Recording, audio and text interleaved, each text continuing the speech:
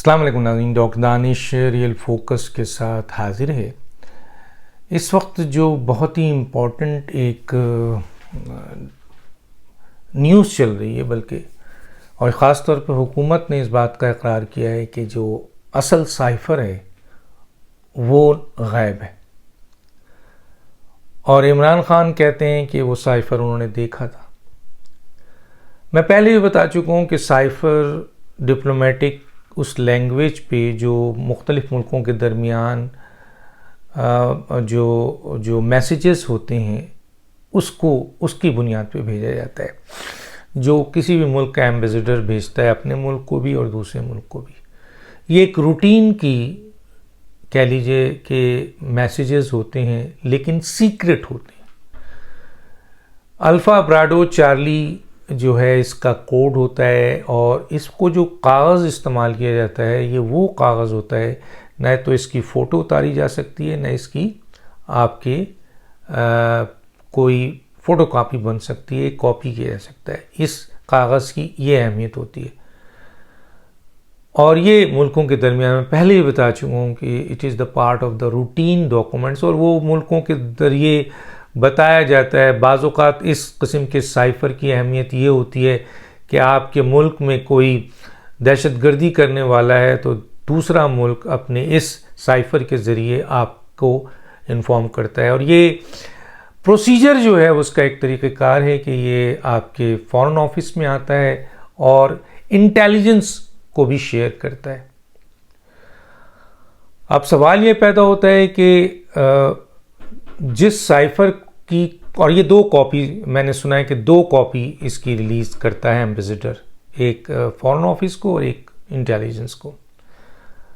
और अब सवाल ये है कि जी मौजूदा हुकूमत कह रही है कि असल साइफ़र गायब है, तो असल साइफ़र कहाँ गया?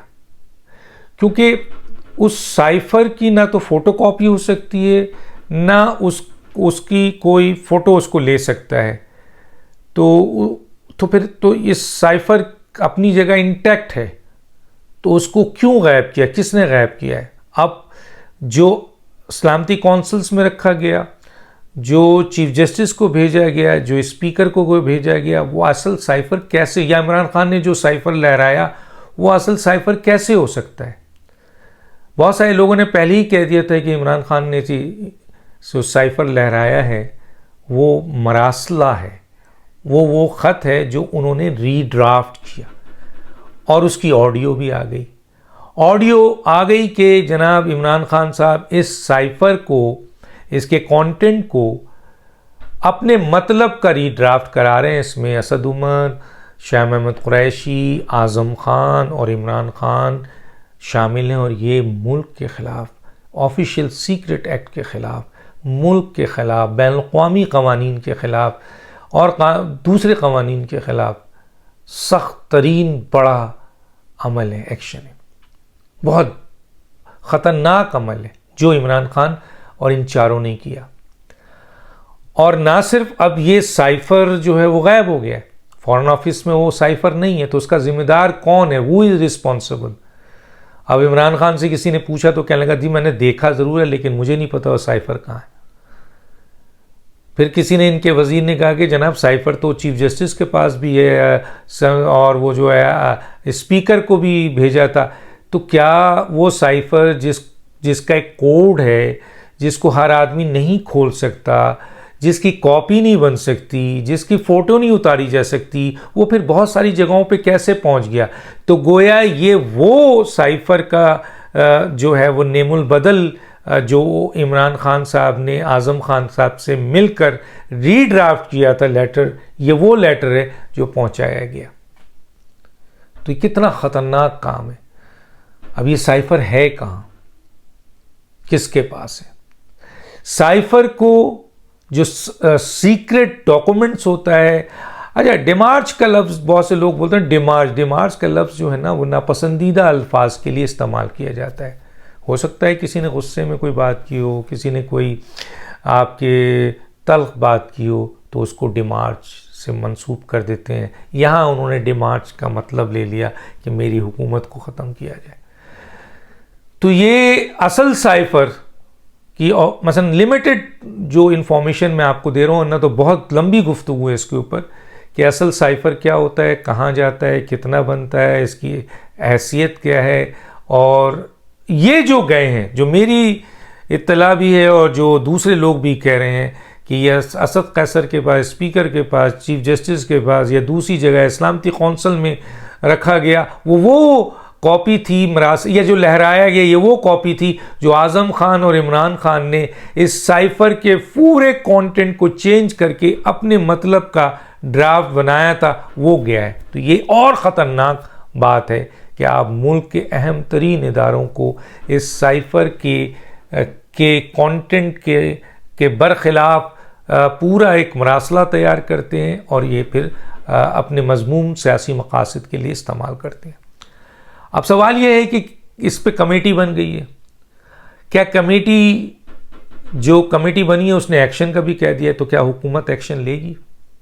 अगर माजी में जाएं तो आइन शिकनी हुई, बहुत बड़ा काम हुआ। मुशर्रफ साहब ने तो आइन के चंद आर्टिकल को सस्पेंड किया था ना, पूरे आइन को तो कुछ नहीं किया था, और ना वो इस तरह से आइन तोड़ना का कहते हैं। लेकिन मुशर्रफ साहब के ऊपर आर्टिकल 6 लगा और उनका ट्रायल हुआ, बाज़ाब्ता ट्रायल किया गया। तो जहां इमरान खान ने मुकम्मल तौर पर आइन तोड़ा है और जिसकी तस्दीक 5 जजेस अदलिया ने की है, उस पर सिर्फ मौजूदा हुकूमत ने कमेटी बनाई और वो कमेटी 5 महीने से ज़्यादा सो रही है।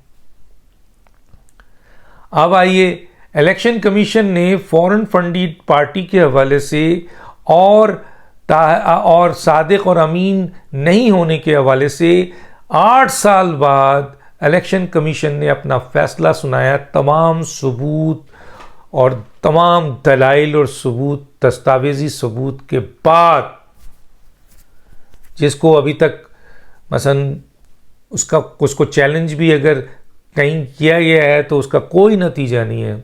चुनांचे ये ऑर्डर स्टैंड करता है और इसके ऊपर हुकूमत ने एक्शन लेना था और हुकूमत ने फौरी तौर पर, नवाज शरीफ साहब ने कहा कि 24 घंटे के अंदर इस पर एक्शन होना चाहिए। मौजूदा हुकूमत ने अप्रूवल ली डिक्लेरेशन की, क्योंकि डिक्लेरेशन की अप्रूवल के बाद फॉरेन फंडेड पार्टी हुकूमत की तरफ से डिक्लेयर किया जाता है, इन्हें डिक्लेरेशन होता है वो, और इसकी नोटिफिकेशन होती है। देन 15 दिन के अंदर अंदर आपको सुप्रीम कोर्ट में रिव्यू करना पड़ता है। अगर आप डिक्लेरेशन की नोटिफिकेशन नहीं करेंगे तो फिर ये टाइम लिमिट नहीं है। तो हुकूमत कहाँ है? सो गई है। अप्रूवल ले लिया उसने अपनी काबीना से कि डिक्लेरेशन दी जाए और नोटिफिकेशन जारी किया जाए ताकि हम सुप्रीम कोर्ट जाके इस पार्टी को बैन करें। कहाँ है हुकूमत? सो रही है। कहती है हमने FIA को इन्वेस्टिगेशन के लिए दिया, ज़रूर दिया, लेकिन कब तक? क्या आपकी जो मज़ीद 4, 5, 7, 8, 10, 12 जो भी महीना रह गया है, इसी तरह ये इन्वेस्टिगेशन होती रहेगी और आप अपनी हुकूमत कवर करके चले जाएंगे? कोई नतीजा नहीं आएगा, कोई इसके ऊपर एक्शन नहीं होगा। तो यहाँ भी सो रहे हैं। तीसरा, अब इस साइफर के हवाले से एक कमेटी बनी है जो बहुत ही अहम है, ऑफिशियल सीक्रेट एक्ट की खिलाफ वर्जी है। इन चारों ने मुल्क की कौमी सलामती, वहदत, कौमी सलामती के ख़िलाफ़ बहुत बड़ी साजिश की है, बैन अक़वामी रिलेशंस के ख़िलाफ़ साजिश की है, पाकिस्तान की मईशत के ख़िलाफ़ साजिश की है, ख़ारजा पॉलिसी के ख़िलाफ़ साजिश की है, कौम से झूठ बोला है और अपने हलफ को तोड़ा है, आइन शिकनी की है, ऑफिशियल सीक्रेट की खिलाफ वर्जी की है। इसके ऊपर एक कमेटी अभी बनी है इतने दिनों में, और उस कमेटी ने सुना है एक्शन लेने के लिए कहा है। अब हुकूमत क्या इसमें भी सो जाएगी? कुछ आईनी माहिरीन कहते हैं कि मौजूदा हुकूमत जो इत्तेहादी हुकूमत है, कई सियासी जमातों की हुकूमत है, न सिर्फ कमज़ोर है बल्कि बुज़दिल है। और आम आदमी जिससे मैं मिलता हूँ वो कहता है ये सही कह रहे हैं आईनी माहिरीन, वाकई ये हुकूमत बहुत बुज़दिल है। जिसके पास 9 सियासी जमातें मुत्तहिद होकर हुकूमत बना रही हैं, सोचिए, जिसके पास 73 की काबीना है, इतनी बड़ी काबीना है। तो कुछ क्रिकेटर्स ने भी इसके ऊपर कमेंट्स किया। मैं उस क्रिकेटर्स के नाम लेना चाहूँ, बड़े नाम हैं, बहुत बड़े बड़े नाम हैं जो इमरान खान के साथ खेलते रहे हैं, बल्कि इमरान खान को बहुत सपोर्ट भी किया है। तो उनका ये कहना है कि इमरान खान इंतहाई बुज़दिल और डरपोक आदमी है, वो एक दिन भी लॉकअप में नहीं रह सकता, लेकिन वो शेर इसलिए बने हुए हैं कि सामने एक बुज़दिल हुकूमत है, एक कमज़ोर हुकूमत है जो कॉन्फ्लिक्ट में नहीं पड़ना चाहती है, सिर्फ अपनी हुकूमत को चलाना चाहती है, मज़े लेना चाहती है, आईनी और कानूनी इक़दाम को भी के ख़िलाफ़ भी एक्शन नहीं ले पा रही, तो कितनी कमज़ोर होगी। एक आईनी माहिरीन का स्टेटमेंट, एक क्रिकेटर का मैंने स्टेटमेंट आपको सुना दिया। सवाल ये पैदा होता है कि जी क्या ये बात नज़र नहीं आ रही है, इन दोनों की सामने नज़र आ रही है, आप इस पे कोई एक्शन नहीं कर रहे हैं। इवन कि ये सारी चीज़ें आपके सामने अब मौजूद हैं, लेकिन आप कोई एक्शन ही नहीं कर रहे। अब इमरान खान का भी कल का आप वाक़या देखें कि एक रूटीन के मैटर पे, जिसमें अगर आप नहीं जाएंगे, हालांकि उस केस में अब कोई जान नहीं रही क्योंकि दहशतगर्दी की दफ़ात तो निकाल ली गई है, सारे दफ़ात जो हैं वो ज़मानत उस पर हो सकती है, तो उस पर कोई डर नहीं है, खौफ नहीं है। तो वो उस पर मजिस्ट्रेट ने एक रूटीन में जो उसके पास नहीं आता है वो वारंट निकाल देता। उसको इतना शोर मचाया गया ताकि ये इम्प्रेशन दिया जाए कि जनाब देखें वारंट निकल गया है, इमरान खान साहब। कुछ लोगों ने कहा कि जी वो फ़रार हो गए हैं। मेरी इत्तलात भी है कि जी वो भी डर गए, घबरा गए, निकल गए। लोग निकले, वही 175 अफराद पहुँचे और जनाब बड़ी बड़ी धमकियाँ और बड़ा बड़ा मीडिया में गेम खेला गया। हालांकि ये बहुत मामूली सा एक वारंट था और उस वारंट की हैसियत ये है कि वो रूटीन में निकलता है, उसको इतना तवज्जो भी नहीं देना चाहिए। लेकिन कल आपने तूफ़ान देखा, उससे लोगों ने अपने मकासद भी हासिल किए। किसी ने यह भी कहा कि जनाब इस हल्के से वारंट से पूरी पीटीआई हुकूमत हिल गई, इमरान खान फ़रार हो गए। ये हुकूमती है, लेकिन इसका फ़ायदा इमरान खान की पार्टी ने इस तरह किया कि जनाब अली अगर आपने गिरफ़्तार किया तो ईंट से ईंट हो जाएगा, इमरान खान को गिरफ़्तार किया तो ऐसा हो जाएगा और वैसा हो जाएगा। इमरान खान के पास अब कोई रास्ता नहीं है माँ सवाए वो जो एक ख़तरनाक खेल खेलना चाहते हैं कि वो चाहते हैं कि लोगों को उकसा कर वो सड़कों पे लाएं और पाकिस्तान की हुकूमत और रियासत से टकराएं और वहाँ चंद जानें, कीमती जानें ज़ाया हों दोनों तरफ से, और उनको इसका फ़ायदा हो। और क्योंकि उनके चारों तरफ से रास्ते बंद हैं, मैंने बताया था कि तौहीन अदालत पे और तोशाखाना पे और फॉरेन फंडिंग पे उनकी नाअहलियत भी है। दूसरी तरफ साइफ़र के हवाले से आपके और फॉरेन फंडिंग के हवाले से उनकी गिरफ़्तारी भी है। और ये भी मैं कहता हूँ कि जिस दिन मौजूदा हुकूमत और रियासत ने यह फ़ैसला कर लिया कि इमरान खान को गिरफ़्तार करना है तो कोई घर से नहीं निकल सकेगा, किसी में हिम्मत नहीं होगी कि कोई रोक सके, कोई रुकावट हो। जिस दिन फ़ैसला कर लिया उस दिन इमरान खान गिरफ़्तार होंगे। और मैं बता चुका हूँ कि अडियाला जेल की कुछ कमरे की सफाई हो रही है, तो चुनांचे इस बात को याद रखिए। लेकिन इसके लिए हिम्मत चाहिए। जब आप आईनी और कानूनी मसले पे इमरान खान को, जहां वो आइन शिकनी कर रहे हैं, कानून शिकनी कर रहे हैं, वो मुल्क कौमी सलामती के ख़िलाफ़ एक्शन ले रहे हैं, खेल खेल रहे हैं, और ये सब चीज़ें आईनी और कानूनी लिहाज से पकड़ है और हुकूमत के पास सारे इख्तियारात हैं, उसके बावजूद भी अगर हुकूमत सिर्फ कमेटियां बना के टाइम लेती रहेगी तो फिर इमरान खान तो शेर होगा।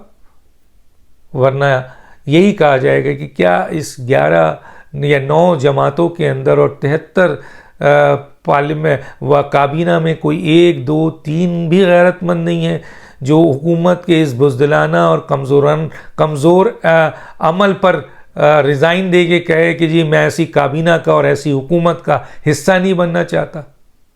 डॉक्टर दानिश को याद दीजिए। अल्लाह हाफ़िज़।